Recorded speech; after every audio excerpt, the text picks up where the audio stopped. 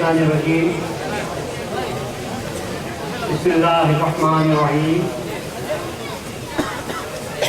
یا ایھا الذین آمنوا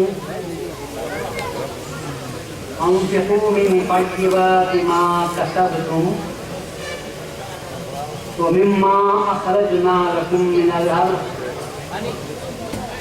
ولا تیمموا الخبیث منه تنفقون ولستم بآخذیہ الا ان تغمضوا فیہ واعلموا ان اللہ غنی حمید.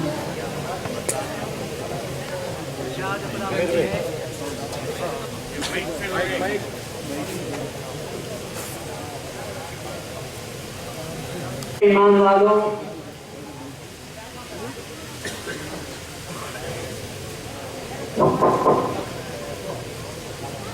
تم اپنی کمائی سے بہتر چیزوں کو اللہ کے راستے میں خرچ کرو. وَمِمَّا أَخْرَجْنَا لَكُم مِّنَ الْأَرْضِ، اور ہم نے تمہارے لیے زمین سے جو کچھ نکالا ہے، کھیتی سے جو فصلیں تمہارے لیے تیار کی ہیں، ان میں سے بھی اللہ تعالیٰ کے راستے میں خرچ کرو. وَلَا تَيَمَّمُوا الْخَبِيثَ مِنْهُ، لیکن بری چیزوں کو نکالنے کی کوشش نہ کرو. خبیث اور جو ردی قسم کی چیزیں ہیں وہ نہ نکالو. وَلَسْتُمْ بِآخِذِيهِ إِلَّا أَن تُغْمِضُوا فِيهِ، اور خود تمہاری حالت یہ ہے کہ اگر کوئی تم کو ردی یا خراب چیز دے تو تم اس کو لینے والے نہیں ہوں گے، اس کو تم نہیں لیتے. اگر کبھی لینا بھی ہو تو چشم پوشی کرتے ہوئے، منہ بگاڑتے ہوئے تم اس کو لیتے ہو. وَاعْلَمُوا أَنَّ اللَّهَ غَنِيٌّ حَمِيدٌ، اور یاد رکھو کہ اللہ تبارک و تعالیٰ بے نیاز ہے اور تعریف کے قابل ہے. اچانک یہ صفحہ کھلا اور اس آیت پر نظر پڑی تو میں آپ کے سامنے بیان کر رہا ہوں. اس آیت میں اللہ تعالیٰ نے کئی باتیں بیان فرمائی ہیں، اور ان میں سے ایک فرائض ولایت میں سے ایک اہم فرض عشر کی ادائی کا بھی اس میں آ گیا ہے. پہلے تو اللہ یہ کہتا ہے کہ تمہاری پاک کمائی میں سے اللہ کے نام پر خرچ کرو. اب سوال یہ پیدا ہوا کہ کتنا خرچ کرنا چاہیے. یہ تو اللہ نے بیان کر دیا کہ پاک کمائی میں سے خرچ کرو. مطلب یہ کہ جو حرام کمائی ہے اس میں سے تو اللہ تعالیٰ کو دینے کا سوال ہی پیدا نہیں ہوتا. اللہ اس کو قبول بھی نہیں کرتا. مسلمانوں کے لیے عموماً، مہذبیوں کے لیے خصوصاً ایک بات یاد رکھنے کی یہ ہے کہ ہمیشہ حلال کمائی کو اپنے پیش نظر رکھنا چاہیے. اس لیے کہ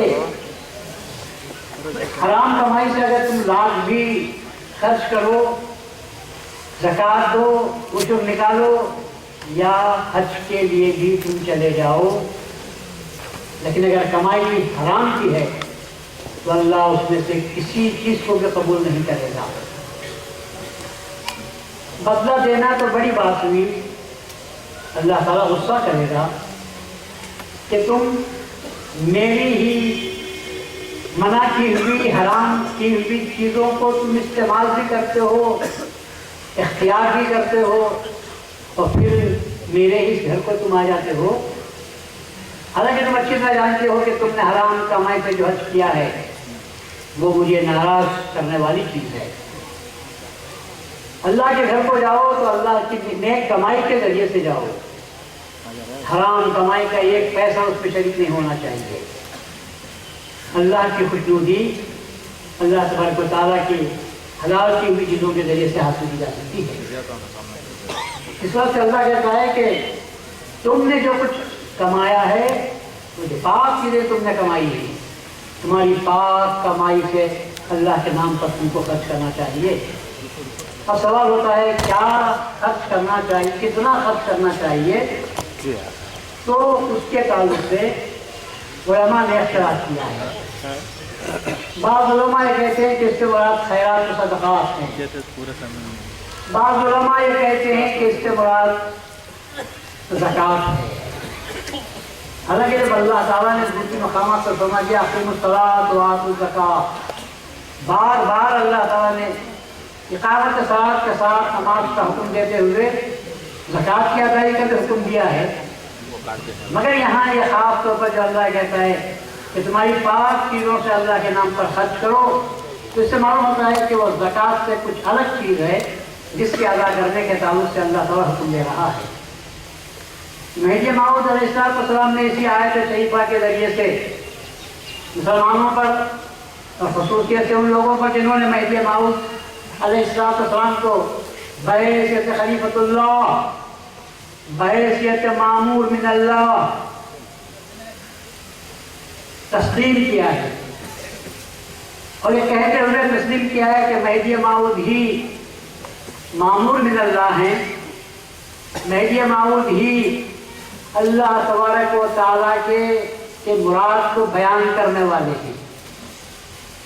مہدویوں کو ان باتوں کو بھی یاد رکھنا ضروری ہے، اس لیے کہ مہدوی حضرت مہدی موعود کو فقط ایک ولی اللہ کی حیثیت سے نہیں مانتے، جیسے کہ دوسرے اولیاء اللہ خواجہ معین الدین چشتی رحمۃ اللہ علیہ، نظام الدین محبوب اولیاء، سید محمد غیث الدراز، شیخ عبد القادر جیلانی، یہ جس طرح یہ امام جعفر صادق، ان اولیاء اللہ کو جو مانتے ہیں مہدی موعود کو ہم اسی طرح نہیں مانتے، بلکہ ہمارے پاس مہدی موعود کا جو مقام ہے وہ بلند و بالا ہے۔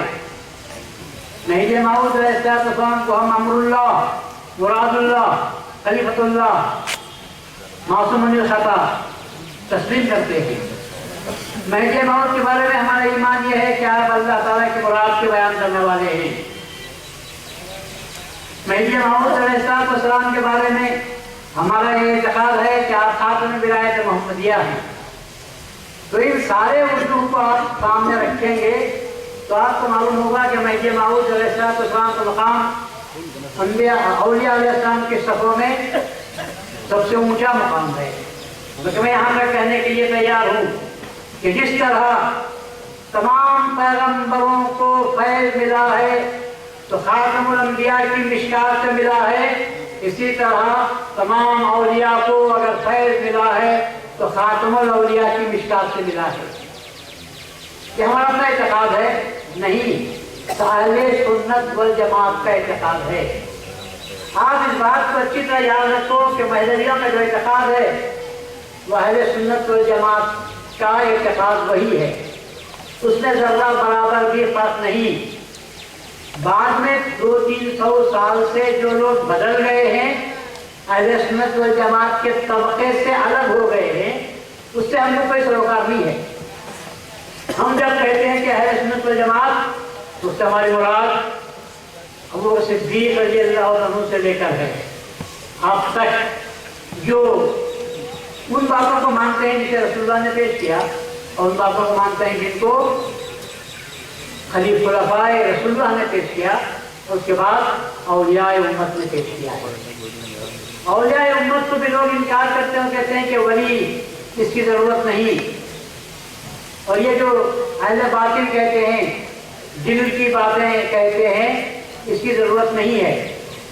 تو قرآن کے پڑھنے والے یہ لوگ نہیں ہیں، یا قرآن کو سمجھنے والے نہیں ہیں۔ قرآن ظاہری الفاظ ضرور ہے، لیکن عہد اللہ نے اس کے معنی بیان کیے ہیں، اس لیے کہ چیز الگ ہوتی ہے، چیز کی ماہیت الگ ہوتی ہے۔ اولیاء اللہ نے چیزوں کی ماہیت بیان کی۔